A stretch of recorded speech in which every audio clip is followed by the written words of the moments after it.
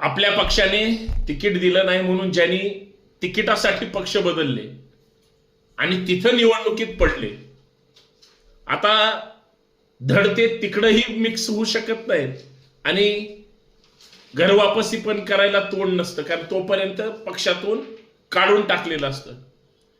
अशी बरीच कार्यकर्ते आहेत, त्यांची किती आता गोची होते.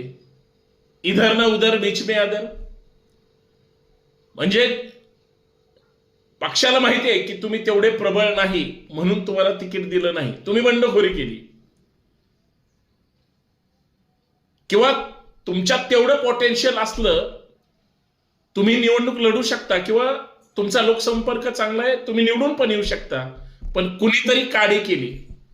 कारण काड्या करणाऱ्यांमुळे कधी कधी बऱ्याच चांगल्या माणसाचं सुद्धा तिकीट कट होतं. पण ते जर अचानक दुसऱ्या पक्षात गेले, निवडून आले, त्यांचं कल्याण झालं. पण जे पडले, मी नंतर बऱ्याच पक्षाचं पाहतो, हे नंतर हळूहळू घर वापसी करतात. कारण शेवटी ज्या पक्षात त्यांनी काम केलेलं असतं त्या विचारधारेशिवाय ह्यांना बाहेर कोणी तेवढा स्पेस देत नाही आणि मग घर वापसी करायची. आणि बऱ्याच लोकांवर तर मग 5-5, 6-6 वर्षाची कारवाई झाली असते. बऱ्याच जणांनी आपल्या पक्षाशी गद्दारी करून दुसऱ्याला गपचूप सपोर्ट केलेला असतो. त्या सगळ्यांना पदच्युत केलं जातं.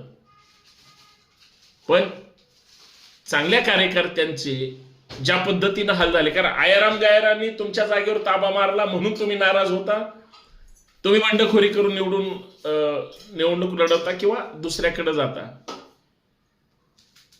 पण नंतर घर वापसीसाठी त्यांना त्या पक्षात ज्या कार्यकर्त्यांना तुम्ही आणलंय त्याला फोन करून तुम्हाला विचारावं लागतं, अरे मला यायचंय पक्षात, किंवा वरच्या नेत्यांना फोन करावं लागतं.